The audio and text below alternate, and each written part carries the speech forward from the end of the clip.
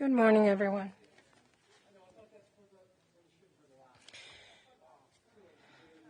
It's a rowdy family, I'm sorry.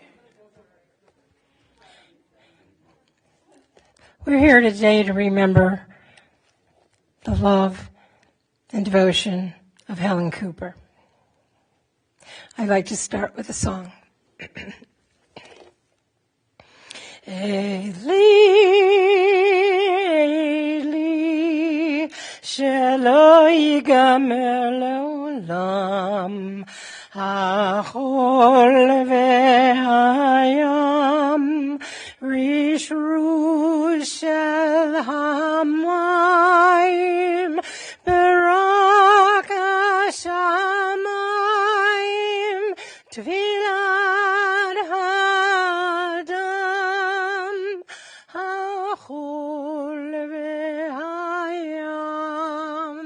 רשרוש של המים, ברק השמיים, תפילת האדם.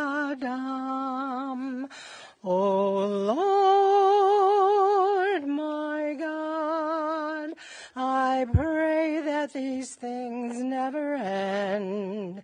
The sand and the sea, the rush of the waters, the crash of the heaven, the prayer of the heart, the sand and the sea, the crash of the heavens, the crash of the heavens, the prayer of the heart. Adonai, you redeem the souls of your servants, and none who trust in you shall be desolate. O God, you've been our refuge in every generation. Before the mountains came into being, before you brought forth the earth and the world from eternity to eternity. You are God. As for us, you turn us to repentance and say, return, you mortals. The days of our years are 70, or by reason of strength 80 years. But 1,000 years in God's sight are but as yesterday when it is past, or as a watch in the night. Teach us, therefore, to number our days, that we may attain a heart of wisdom, and may your favor, O God, be upon us. Establish the work of our hands, that it may long endure. We gather together to mourn the death of our beloved Helen Cooper. Our friends grieve in their darkened world. In their silence there is lamentation. In their tears there is loneliness. Lost in their sorrow, may they find the presence of loving friends. Hear them, O God, be with them. For Helen's love that united us in life, and which death cannot sever. For her companionship that we shared along life's path, and which continues through the tenderness of memory. For the gifts of her heart and mind that brought us joy and happiness, and is now a precious remembrance. For all these and more, we give thanks to God. In this time of grief, we listen to the voice of our sacred scriptures that brings us the ever new message of God's nearness. It tells us of our kinship with the Creator, in light as in darkness, in joy as in sorrow, in life as in death. Happy are those who have not followed the counsel of the wicked, or taken the path of sinners, or joined the company of the insolent. Rather, the teaching of God is their delight, and they study that teaching day and night. They are like a tree planted beside streams of water that yields its fruit in season, with foliage never fading, and whose fruit always flourishes. Please join me in the 23rd Psalm. The Lord is my shepherd, I shall not want. He maketh me to lie down in green pastures. He leadeth me beside the still waters. He restoreth my soul. He guideth me in straight paths for his name's sake. Yea, though I walk through the valley of the shadow of death, I will fear no evil, for thou art with me. Thy rod and thy staff, they comfort me. Thou preparest a table before me in the presence of mine enemies. Thou hast anointed my head with oil. My cup runneth over. Surely goodness and mercy shall follow me all the days of my life, and I shall dwell in the house of the Lord forever.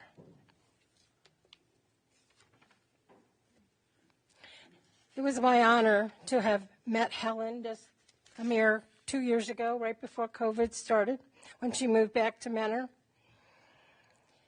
Thank you, Ron, for sharing your mom with us for those years.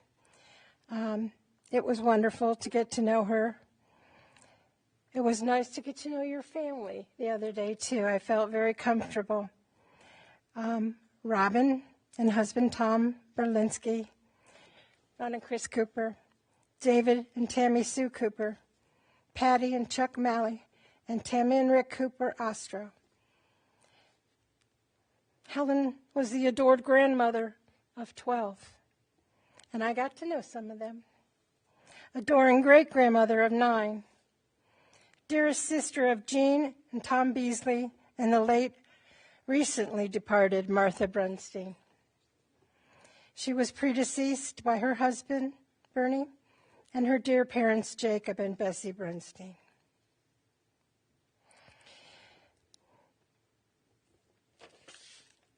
I lift up my eyes to the mountain. What is the source of my help? My help comes from Adonai, maker of heaven and earth. God will not let your foot give way. Your protector will not slumber.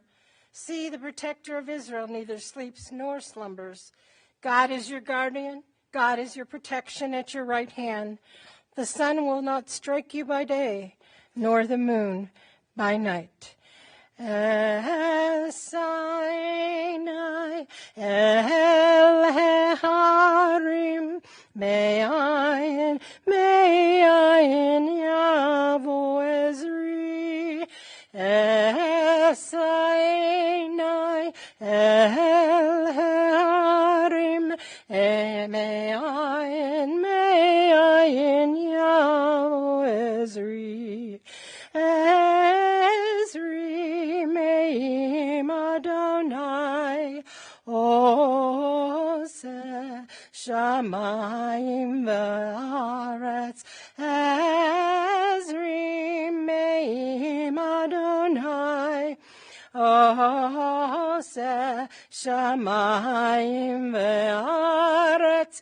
El Sinai, El Harim, Me'ayin, Yavo Ezri. El Sinai, El Harim, Me'ayin, Yavo Ezri. For everything there is a season, a time for every experience under heaven, a time to be born and a time to die, a time to plant and a time to uproot what is planted, a time to tear down and a time to build up, a time to weep and a time to laugh, which you have all experienced this week, a time to grieve and a time to dance, a time to throw stones and a time to gather stones, a time to embrace and a time to refrain from embracing, a time to seek and a time to lose, a time to keep and a time to discard, a time to tear and a time to sow, a time to keep silence and a time to speak. A woman of valor who can find she is more precious than fine pearls. Her husband trusts in her, and he lacks nothing. She does him good, never harm, all the days of her life. She perceives that her labor is rewarding. Her candle burns on into the night. She reaches out to those in need and extends her hands to the poor. She is clothed in strength and dignity, and she faces the future cheerfully. She speaks with wisdom, The law of kindness is on her lips. Her children rise up and bless her. Her husband sings her praises. Many daughters have done valiantly, but you excel them all. Please respond after I read the sentence, we remember her. In the rising of the sun and in its going down, we remember her. In the blowing of the wind and in the chill of winter, we remember her. In the opening of buds and in the rebirth of spring, we remember her. In the rustling of leaves and in the beauty of autumn, we remember her. In the beginning of the year and when it ends, we remember her. When we are weary and in need of strength, we remember her. When we are lost and sick at heart, we remember her. When we have joys we yearn to share, we remember her. So long as we live, they too shall live, for they are now a part of us as we remember her.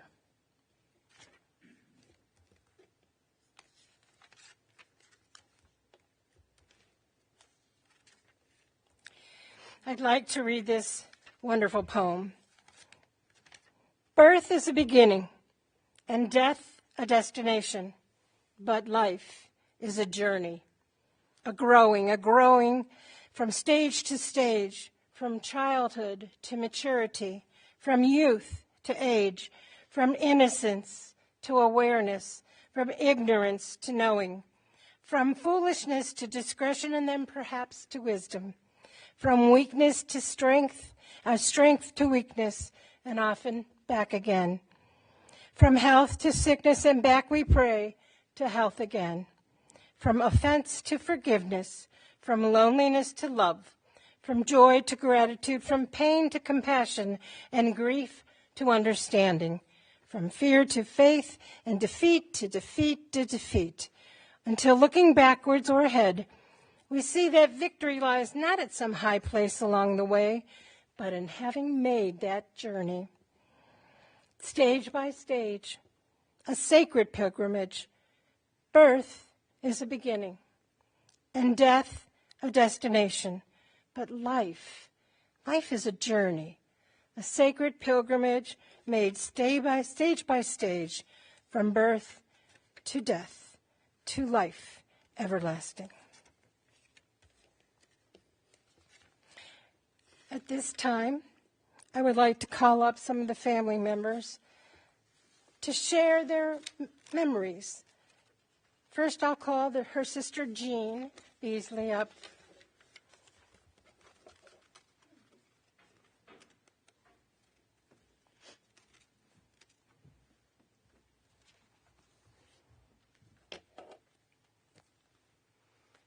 Shalom.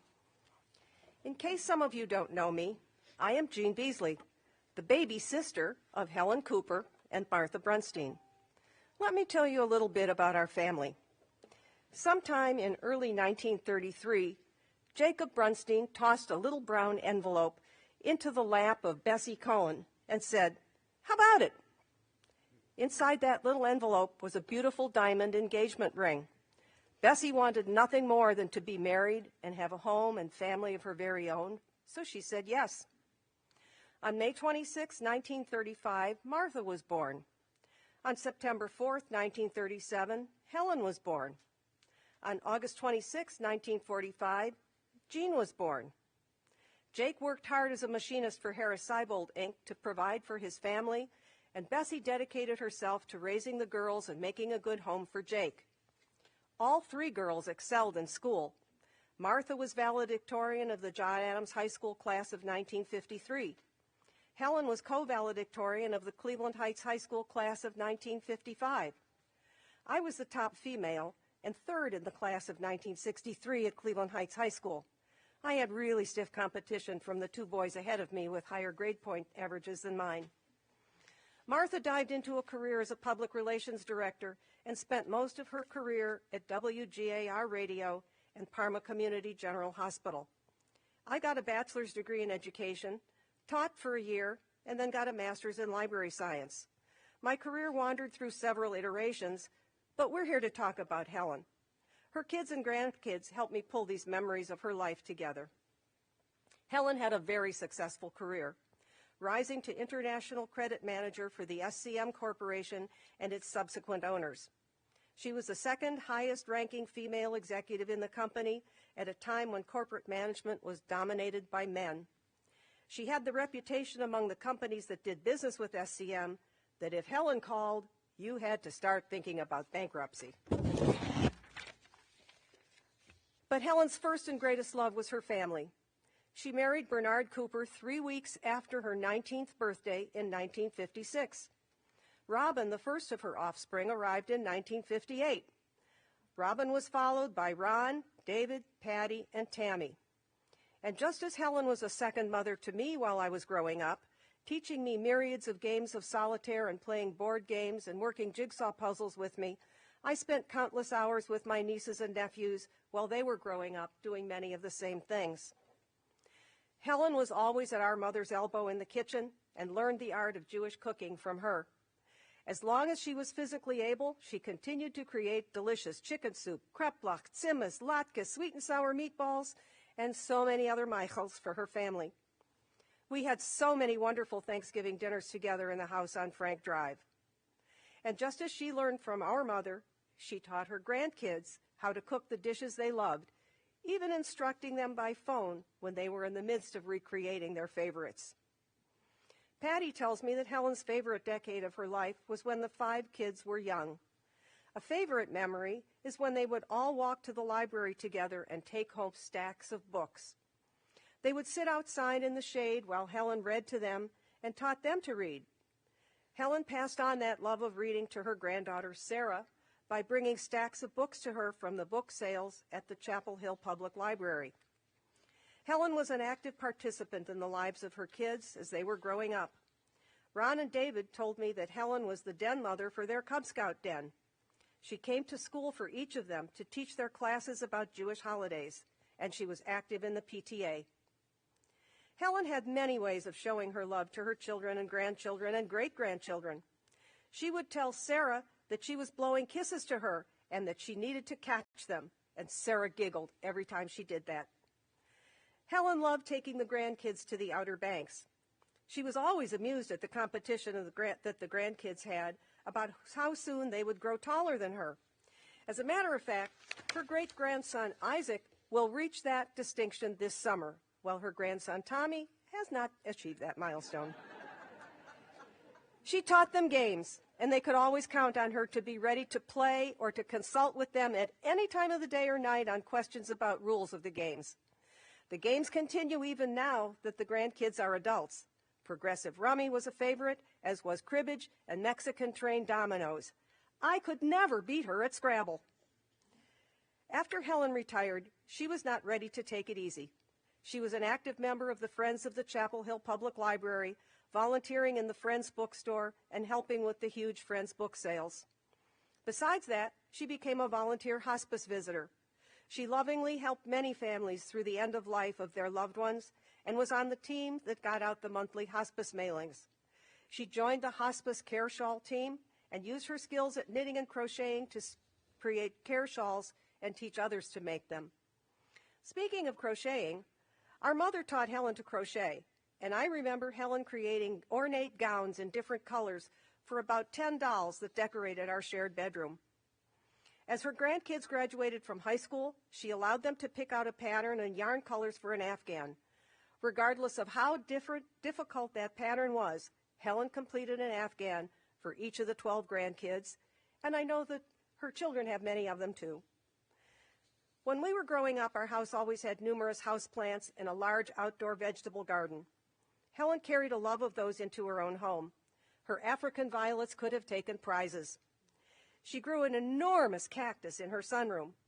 She and Martha, and even the neighbors, shared the tomatoes, eggplants, peppers, cucumbers, and zucchini from her garden every summer. Helen was an avid doer of crossword puzzles and cryptograms.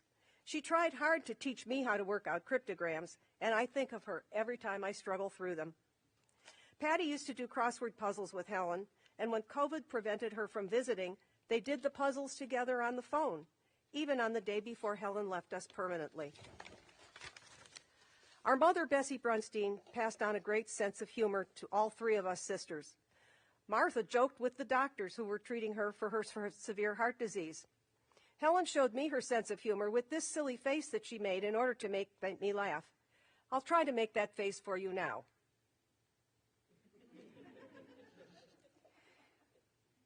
When she moved to North Carolina, she chose a special license plate that said BIOHHINC. And that meant, bye, Ohio. Hi, North Carolina. She became an avid fan of Duke basketball, and she and Martha spent many hours cheering them on, feeling sad at defeats and rejoicing in victories. Her voicemail greeting said, "Hello, this is Helen. I must be lost. When I find myself, I'll call you back." A couple of her favorite sayings were, "This too shall pass," and "What will be, will be." Helen was only 4 feet 11 inches tall at her tallest, but she was a giant in the lives of so many of us. Helen, we'll always cherish your love for us, and your memory will live in our hearts and souls forever.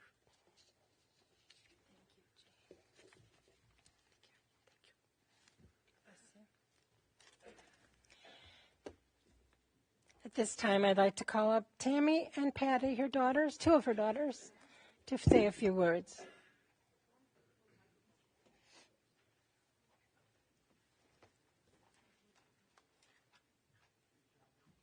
Robin, too. Robin's following me. Robin's coming for our support. My voice coming and going. We can do this. Okay, now you've heard about. Okay, now you've heard about Mom, the sister. Now we are going to tell you about Mom, the mom. They can't hear you. Talk louder. Okay, I'll start again. Okay, now you have heard about Mom, the sister. Now we are going to tell you about Mom, the mom. I am Patty, and this is Tammy. And that's Robin. We're the two youngest. She's the eldest. Of Helen and Bernard's 5 kids. Let us tell you that our siblings have found out it took a lot more to bribe us to come up here and talk than the candy they used to bribe us with as kids.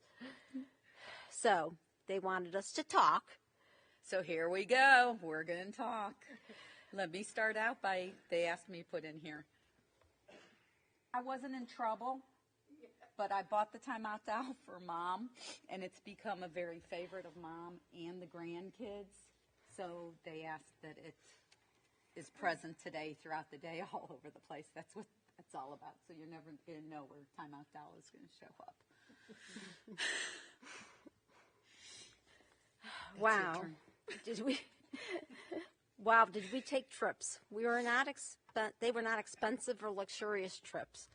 They were mostly day trips that we all cherish to this day. They were, listen to me. Switch. All right. They were mostly day trips that we all cherish to this day. I mean, how can you beat taking 1 week a year and going to Cedar Point, Blue Hole, Shenandoah Valley?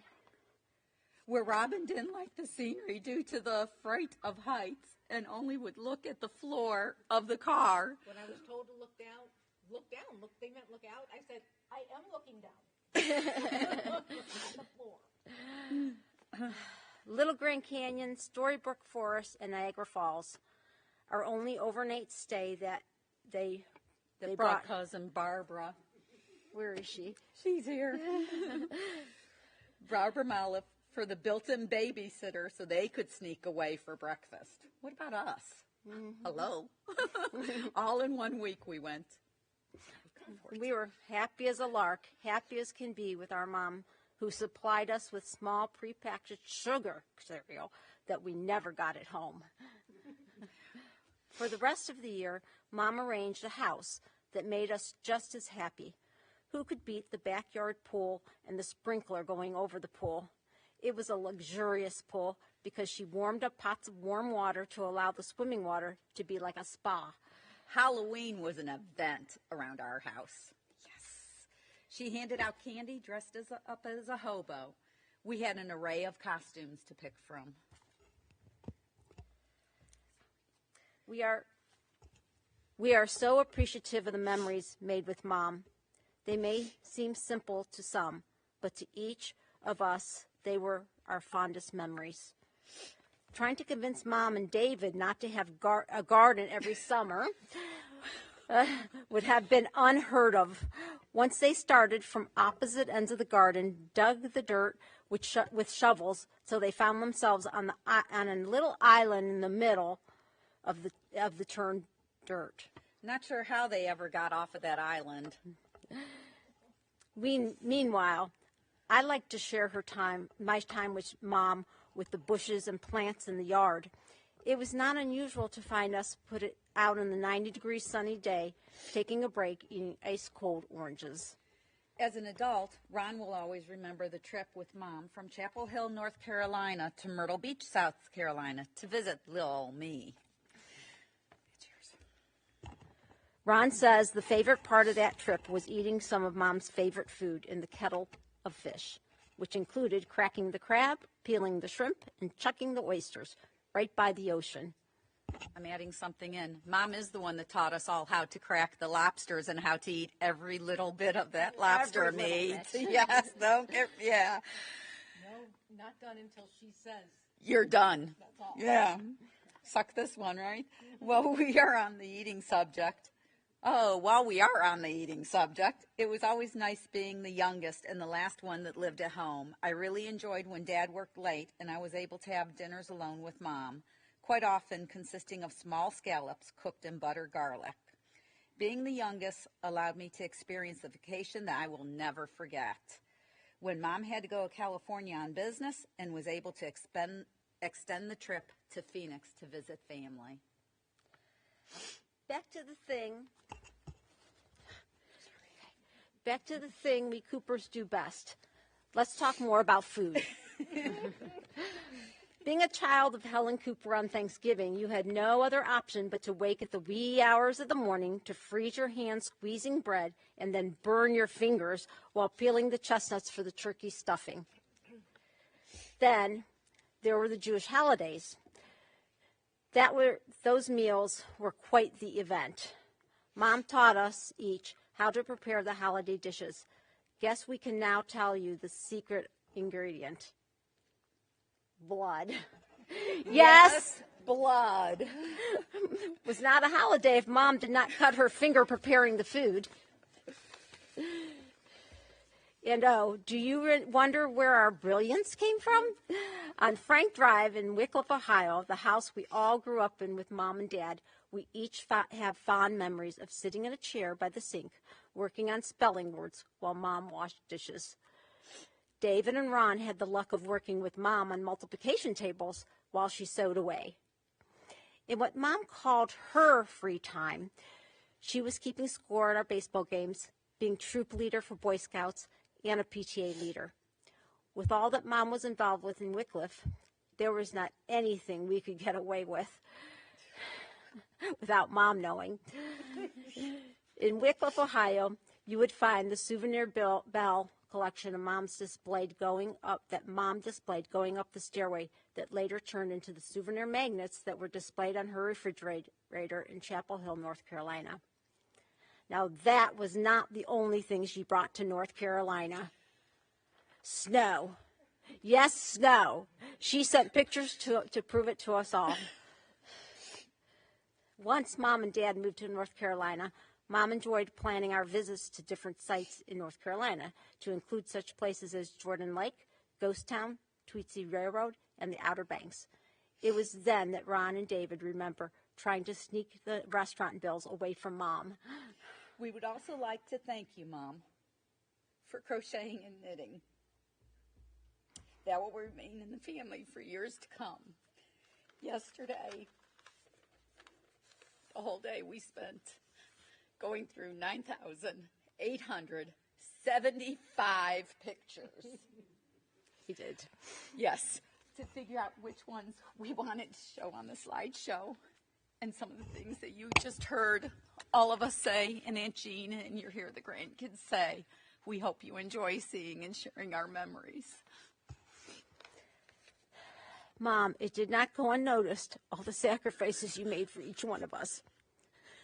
Although we know we will be the strong individuals that you installed in us, you will always be dearly missed every day. Love you, Mom.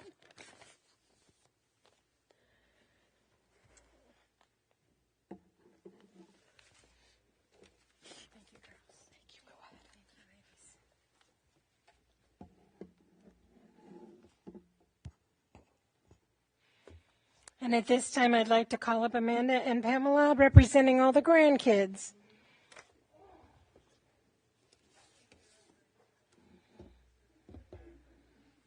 And who did I forget? Who else is coming up?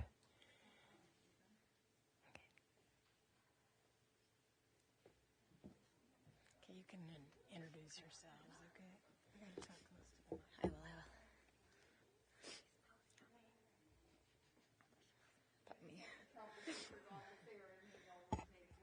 Oh, there's two more. Oh, yeah. I will. Welcome to family.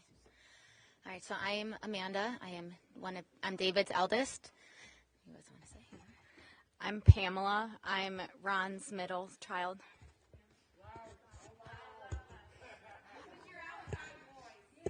I'm Pam. I'm Ron's middle child. We really have no excuse for being quiet. I'm Sarah. I'm Patty's daughter. I'm Brandy. I'm Robin's youngest. All right, character, we got this. My phone's ringing. All right. Grandma was the glue to our family. Being Coopers, we had many disagreements, but that never stopped us from having a good time. Each of us grandkids had a special bond with our grandma. One memory we all share was learning to play cards and dominoes. We would spend hours at family functions playing all sorts of games, especially progressive rummy. Age was never an issue because Grandma would have these bulky card holders to help us play. These games got competitive, especially dominoes. Choo-choo. That's for Aunt Martha. Grandma moved to North Carolina in 1991. Score. New vacation family spot. After a 10-hour drive, with usually one or more children misbehaving in the car, we made it to nice, beautiful weather. Trips to Outer Banks, Tweetsie Railroad, lighthouses, and other kid-friendly side trips, visits to North Carolina always were fun and memorable. Grandma would pack this secret makeup bag that was full of snacks and games to keep us busy during these long road trips. Grandma loved to take pictures to remember special moments, as you heard about the 9,000 photos. She would line us all up and scream, "Say sex," to make us smile for photos, even in public places. Our rite of passage was getting to travel without our parents to North Carolina during our senior year of high school. There, our bond strengthened with Grandma as we learned to cook her famous recipes, played games, and created a little mischief. Never mind. This isn't the place to share those stories. Speaking of stories, Grandma would never share those embarrassing stories about her kids anytime you asked. Anytime we asked, the common response was, "I don't think so." Grandma was known for her phrases. Some of the memorable ones include, "I don't think so," "That's kinky," character, sending X and O's, and so many more. I figured I'd mention this timeout doll since it's just standing in front of Grandma. Basically, if we got in trouble, we stood next to the doll. We all had pictures next to it, including our kids. Her living miles away never stopped us from keeping in touch. As a child, we all struggled with dialing her phone number. The area code 1919 usually ended up with us calling 911. Even miles away, she took the time to make holidays and birthdays special for us. She would send birthday cards, gift cards, and personalized calendars that matched each of our interests. Family was an important value Grandma instilled in all of us. She took the time to get to know us and treasured us for who we were as individuals. As you heard from the previous speeches, she was known for her amazing recipes. Her cooking wouldn't sustain us. It was a part of her. You could almost taste her love and silliness in her food. Grandma teaching you how to cook a family recipe was her opening a vault of family history, comfort, and love. Her love continued to shine on us as she attended each of our milestones, bar mitzvahs, graduations, weddings, baby showers, and our annual family clam bake. She never missed an important moment in our lives. Grandma, thank you for these amazing memories. Now, in true grandma fashion, let's take a photo to remember this moment. Say sex. Thank you.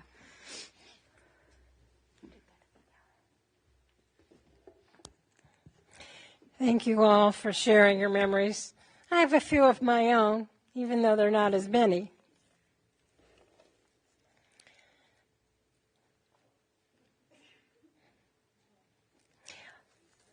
When Helen moved to Menor, Ron brought her to Temple Am Shalom. And so we got to meet Helen. And she was just a very charming, wonderful lady. And we loved to spend time, but then COVID hit. And so Helen didn't come back to Am Shalom, much to my remorse. But we did get to see her. I did get to see her because Ron set up a Zoom meeting on Hanukkah one year. And we got to light that Chanukiah with Helen and her friend over at Brookdale. And that was wonderful. I don't even know if maybe we sang some songs. I'm not sure. We did. And then also, I remember, was it last year for High Holidays or the year before, Tommy and Ron, in this heavy downpour of rain, took the pulpit flowers to Brookdale to share with her for the High Holidays. Thank you guys for getting so wet, but I'm sure that Brookdale and Mom appreciated the flowers. May the memory of Helen endure among us as a blessing. In our own time, O God, when we too are called to enter eternity, may we leave this life secure in the faith that in your light we shall see light. In life and in death, we cannot go where we are not, and where you are, hope endures. Sustained by this assurance, we invoke your name, Almighty God. God, you gave us loved ones and make them the strength of our life, and Helen was, and the light of our eyes. They depart and leave us bereft on a lonely way, but you are the living fountain from which our healing flows. To you the stricken look for comfort, and the sorrow-laden for consolation. O God, we see life as through windows that open on eternity. We see that love endures and the soul endures, as you, O God, endure forever. We see that the years are more than grass that withers, more than flowers that fade. They weave a timeless pattern in the world that is a dwelling place of your love and glory. I'd like to ask Rabbi Brown to come up to do the Molei Rachamim. She's from Temple Beth Shalom in Hudson, where Jean is a member. Thank you.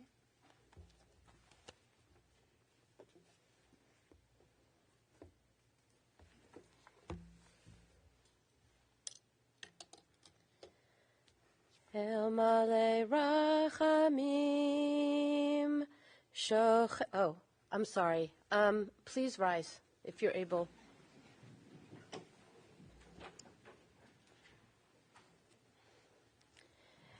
El Molei Rachamim Shochen Bamromim Hamtzei Menucha Nechona Tachat Kanfei Hashchina B'ma'alot Kedoshim U'Tehorim Kizohar Harakia Mazhirim Et Nishmat Chaya Bat Yaakov V'Batya Shehalcha La'olama Began Eden Tehei Menuchata Ana Baal Harachamim Hasdireha B'Seter Knafecha La'olamim Utzor B'Tzor Hachayim Et Nishmata Adonai Hu Nachlata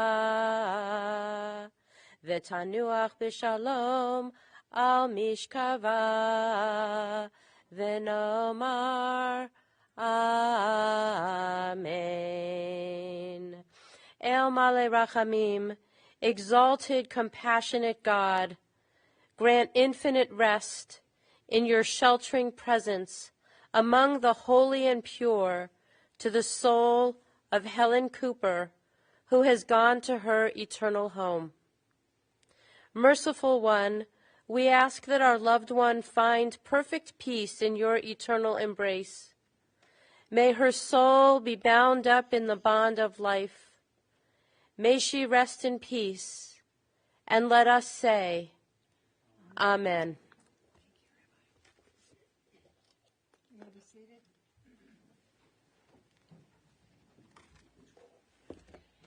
The remainder of the service will be completed at the cemetery. The cemetery is Western Reserve out in Chesterland. The family will receive friends at Temple Shalom, 7599 Center Street in Mentor, Ohio, immediately after the interment till 8 o'clock tonight, and then Tuesday from 4 to 8. In lieu of flowers, contributions are suggested to either Brookdale Hospice of Cleveland or Temple Shalom in Mentor. Our service ends here, and we thank you all for coming.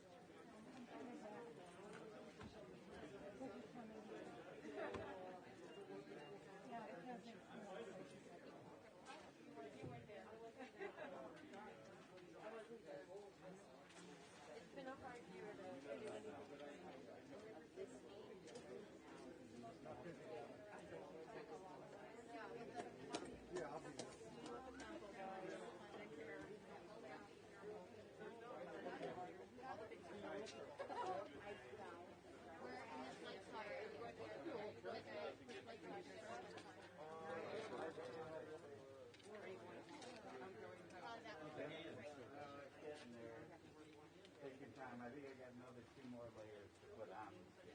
Wow. In order for it to dry. Yeah, I'm still. You'll still. Right after. Like a 10-day turnaround. You want it over your head? Yeah. You got glasses on, just so you know, for those that fall off. Craig, how are you? I'm good. I to get the trees out tonight. Oh, that's all right. I'm okay. As long as you got them. That's all right. As long as they, see that you got them. She was not part of the association. It should the association send out a tree for her. That's wrong. I didn't send you that one, did I? No. Right. No, I didn't know if we were But gonna send out a somebody, tree for Ron. usually I don't usually know. Tommy, how've you been?